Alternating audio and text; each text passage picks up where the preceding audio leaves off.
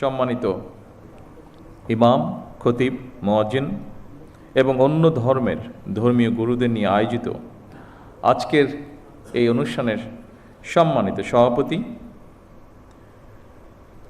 অনুষ্ঠানে উপস্থিত বিশিষ্ট আলেম মাশায়েখগণ, উপস্থিত অন্যান্য ধর্মের ধর্মীয় নেতৃবৃন্দ এবং ধর্মীয় গুরুবৃন্দ, মন্ত্রিপরিষদের সদস্যবৃন্দ, উপস্থিত বিভিন্ন পর্যায়ের সরকারি কর্মকর্তা বৃন্দ এবং উপস্থিত সকল সম্মানিত উপস্থিতিবৃন্দ, আসসালামু আলাইকুম।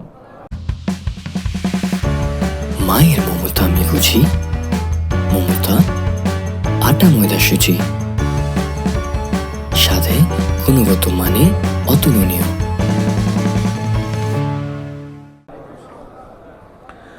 আজকের এই ব্যতিক্রম ধর্মী এই অনুষ্ঠানে আপনারা এমন কিছু মানুষ আজকে এখানে একত্রিত হয়েছেন, কোনো বাধ্যবাধকতা ছাড়াই, মানুষ যাদেরকে সম্মান করে, জীবনের অনেক কঠিন মুহূর্তে যাদের কাছে দুটো ভালো উপদেশ বা সঠিক পরামর্শ মানুষ আশা করে এবং পেয়েও থাকে।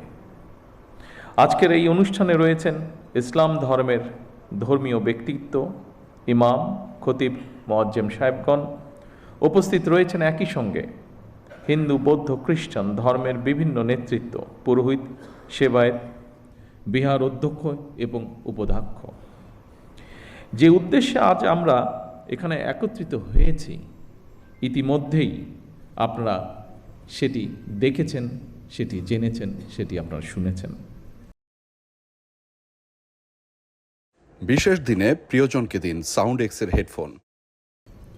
সমাজের বিভিন্ন শ্রেণী পেশার মানুষ যারা অর্থনৈতিকভাবে হয়তো বা অনেক ক্ষেত্রে পিছিয়ে রয়েছেন, তাদের জন্য একটি সম্মানী বা আর্থিক সহায়তা কিংবা কর্মসংস্থান সৃষ্টির মাধ্যমে আর্থিক বৈষম্য দূর করে আমরা সবাই মিলে একটু শান্তিতে, একটু ভালোভাবে থাকব। জাতীয় নির্বাচনের আগে আমরা জনগণের কাছে সেই রকমই প্রতিশ্রুতি দিয়েছিলাম। জনগণের রায়, আল্লাহর রহমতে বিএনপি সরকার গঠনের পর ভোটের কালই নখ থেকে মোচনের আগেই আমরা আমাদের সকল প্রতিশ্রুতি ধারাবাহিকভাবে বাস্তবায়নের কাজ শুরু করেছি। আলহামদুলিল্লাহ, এর জন্য আমি আল্লাহর দরবারে লাখো শুকরিয়া আদায় করি। সম্মানিত উপস্থিতিবৃন্দ, আপনারা দেখেছেন অর্থনৈতিকভাবে পিছিয়ে পড়া নারী সমাজের জন্য আমরা ইতিমধ্যেই ফ্যামিলি কার্ড চালু করেছি। পর্যায়ক্রমিকভাবে এই কার্ড সারা বাংলাদেশে 4 কোটি পরিবারের নারী প্রধান তারা প্রত্যেকে ইনশাল্লাহ পাবেন। আগামী 14ই এপ্রিল তথা 1 বৈশাখ থেকে আমরা ইনশাল্লাহ ফার্মার্স কার্ড বা কৃষক কার্ডের পাইলট প্রজেক্ট চালু করব। ইনশাল্লাহ আগামী 16ই মার্চ দিনাজপুর থেকে শুরু হচ্ছে আমাদের খাল খনন কর্মসূচি। আবারও আল্লাহর কাছে শুকরিয়া, আলহামদুলিল্লাহ, আজ থেকে খতিব, ইমাম, মুয়াজ্জিম এবং অন্য ধর্মের ধর্মীয় গুরুদের জন্য আর্থিক সহায়তা বা সম্মানী কর্মসূচির পাইলট প্রজেক্ট চালু হলো। দেশের প্রতিটি নাগরিকের রাজনৈতিক এবং অর্থনৈতিক ক্ষমতায়ন নিশ্চিত করার মাধ্যমে আমরা আমাদের দেশকে একটি শক্তিশালী ভিত্তির উপরে প্রতিষ্ঠিত করতে চাই, যাতে করে আর কোনো ফ্যাসিবাদ কিংবা তাদের তাবেদার অপশক্তি মানুষের স্বাধীনতা কেড়ে নিতে না পারে, কথা বলার অধিকার কেড়ে নিতে না পারে। আজ এই মঞ্চ থেকেও এরকম একটি কথা বলা হয়েছে যে যারা ধর্মীয় গুরু আপনারা আছেন প্রত্যেকটি ধর্মের, তারা স্বাধীনভাবে যাতে কথা বলতে পারেন সেই বিষয়ে আলোকপাত হয়েছে আজকে এখানে। আমি সবসময় বিভিন্ন সময় আমার বক্তব্যে একটি কথা বলার চেষ্টা করেছি। আমি একজন রাজনৈতিক কর্মী হিসেবে দৃঢ়ভাবে বিশ্বাস করি যে দেশের নাগরিকদেরকে যদি দুর্বল করে রাখা হয় তাহলে রাষ্ট্র কখনোই শক্তিশালী হতে পারে না। এবং সেই জন্যই আমাদের ইচ্ছা, আমাদের দর্শন, আমাদের পরিকল্পনা বাংলাদেশের নাগরিকদেরকে আমরা রাজনৈতিক এবং অর্থনৈতিকভাবে ধীরে ধীরে শক্তিশালীভাবে গড়ে তুলতে চাই, যদি আমরা রাষ্ট্রকে শক্তিশালী করতে চাই। সম্মানিত উপস্থিতিবৃন্দ, ধর্ম বর্ণ নির্বিশেষে প্রতিটি শ্রেণী পেশার মানুষ তথা প্রতিটি নাগরিকের আর্থিক সামাজিক নিরাপত্তা নিশ্চিত করার জন্য সরকার রাষ্ট্রীয় সামর্থ্যের সবটুকু দিয়ে চেষ্টা চালিয়ে যাচ্ছে এবং ইনশাল্লাহ চালিয়ে যাবে। তবে নাগরিক হিসাবে আমাদের প্রত্যেকের রাষ্ট্র এবং সমাজের প্রতি কিছু দায়িত্ববোধ অবশ্যই রয়েছে, যা সম্পর্কে আপনারা কম বেশি সকলেই নিজেরাও ধারণা রয়েছে।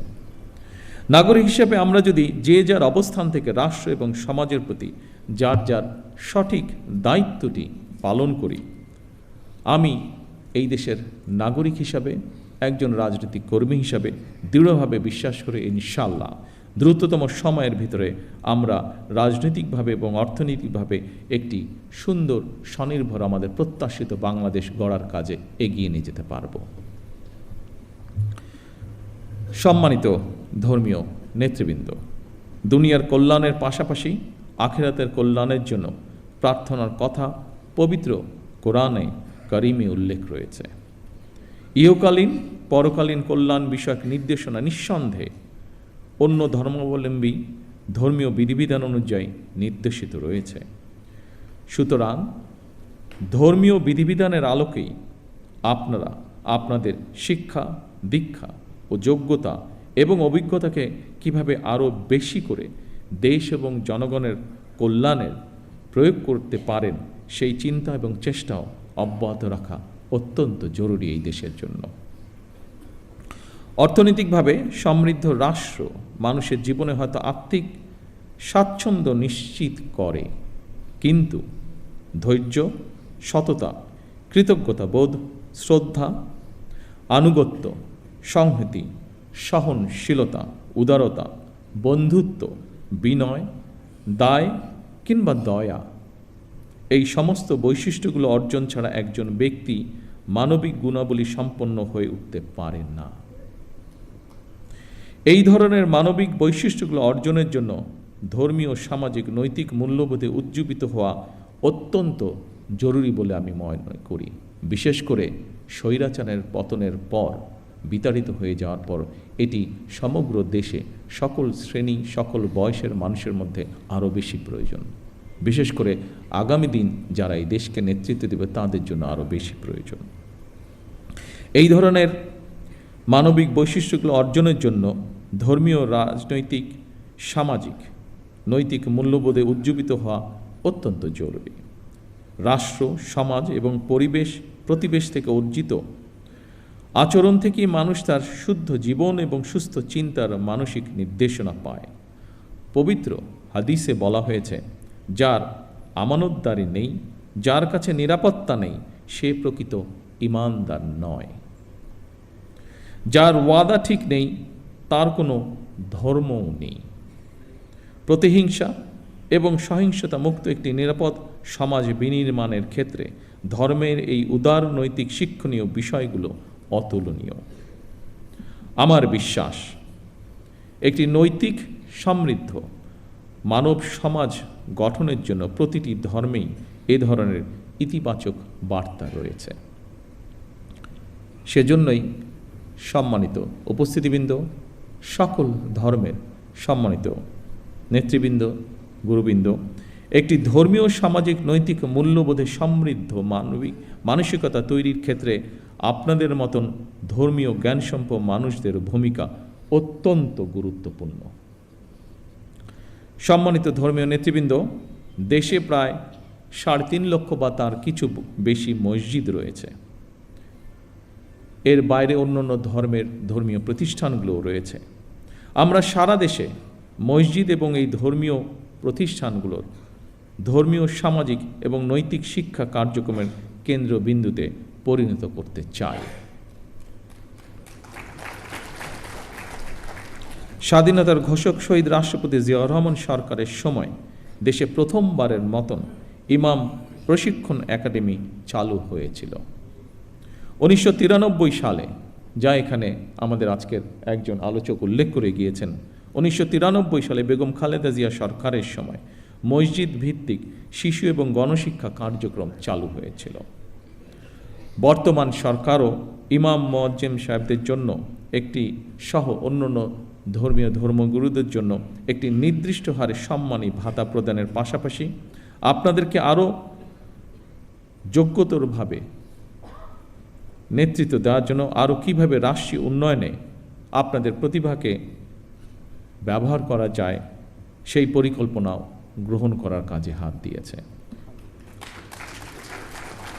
বিভিন্ন সম্প্রদায়ের, বিভিন্ন ধর্মীয় সম্প্রদায়ের সম্মানিত নেতৃবৃন্দ, খতিব ইমাম মুয়াজ্জিমদের সম্মানী ভাতা দেওয়ার যে কর্মসূচি বর্তমান সরকার, আপনাদের সরকার চালু করেছে, এই কর্মসূচির অধীনে প্রথম পর্যায়ে পাইলটিং স্কিমের আওতায় মোট 4,908টি মসজিদ, 990টি মন্দির এবং 144টি বৌদ্ধ বিহারে মোট 16 জন 992 জন এই মাসিক সম্মানী পাওয়া শুরু করেছেন আজ থেকে। পর্যায়ক্রমিকভাবে ইনশাল্লাহ সবাইকে এই কর্মসূচির আওতায় অন্তর্ভুক্ত করা হবে। বিভিন্ন শ্রেণী পেশার মানুষের জন্য সরকারের এইসব অর্থনৈতিক কর্মসূচি উদ্যোগের মূল উদ্দেশ্য হচ্ছে, যা আমি আগেই উল্লেখ করেছি, নাগরিকদেরকে অর্থনৈতিকভাবে স্বাবলম্বী করে গড়ে তোলা। তবে আপনাদের কাছে একটি বিনীত আহ্বান, আপনারা কেউ মসজিদে কিংবা যার যার ধর্মীয় উপাসনালয় দায়িত্ব পালনের পাশাপাশি নিজেদেরকে বিভিন্ন অর্থনৈতিক সামাজিক কর্মকাণ্ডে সম্পৃক্ত করতে চাইলে আপনাদের সেই উদ্যোগ বাস্তবায়নে সরকারের সর্বোচ্চ চেষ্টা থাকবে সহযোগিতা করার। এর বাইরে বর্তমান স্বরাষ্ট্র মন্ত্রণালয় প্রত্যেকটি জেলা এবং উপজেলায় আইন শৃঙ্খলা কমিটিতে একজন ইমাম অথবা একজন খতিব অথবা সেই এলাকার ধর্মীয় অন্য কোনো ধর্মের ধর্মীয় গুরু, তাদেরকেও আমরা সিদ্ধান্ত নিয়েছি একজন সদস্য আমরা রাখব। সম্মানিত উপস্থিতিবৃন্দ, আমরা আজ সব ধর্মের মানুষ একসঙ্গে বসেছি, এক কাতারে বসেছি। এটিই আমাদের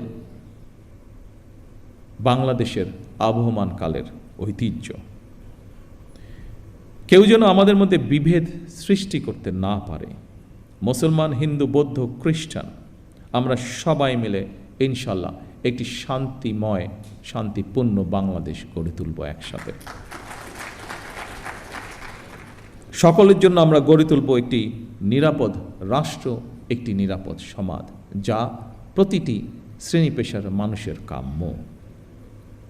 আমার বক্তব্য শেষ করার পূর্বে আমি আজকের এই দিনটিকে, আজকের আমাদের দলীয় ইশতেহারের এই কার্যক্রমটিকে সফল করার জন্য বিভিন্ন মন্ত্রণালয় সহ, বিভিন্ন মন্ত্রণালয়ের কর্মকর্তা সহ বিভিন্ন ডিপার্টমেন্টের যে সকল ব্যক্তি অক্লান্ত পরিশ্রম করেছেন, যাদের সহযোগিতায় বর্তমান সরকারের নির্বাচনে এই ম্যানিফেস্টোটি আলোর মুখ দেখতে পেয়েছে, কাজ শুরু করেছে, তাদের সকলকে আমি জানাই আন্তরিক শুভেচ্ছা, তাদের সকলকে আমি জানাই আন্তরিক ধন্যবাদ।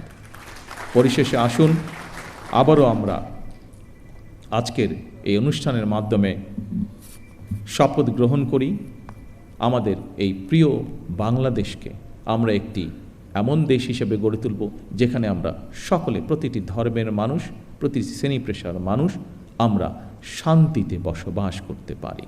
সকলকে একসাথে নিয়ে আমরা যাতে দেশকে গড়ে তুলতে পারি, এই হোক আমাদের শপথ, এই হোক আমাদের প্রত্যাশা।